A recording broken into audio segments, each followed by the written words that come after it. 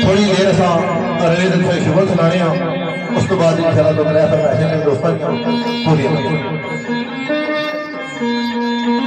मेरे ग्राई लाला बहादुर सिर अज बना लिखने लकड़ी का रखना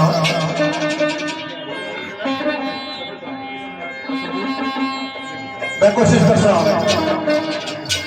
राजे का रले दिन शुभल सुना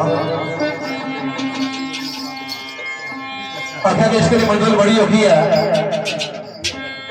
जिसले महबूब ना वसल पासे तकलीफों बर्दाश्त करनी है पास देखा लकड़ी का राखी लिख दो तग खाए बयार ना शादास तग खाए बयार ना शादिया साल वो है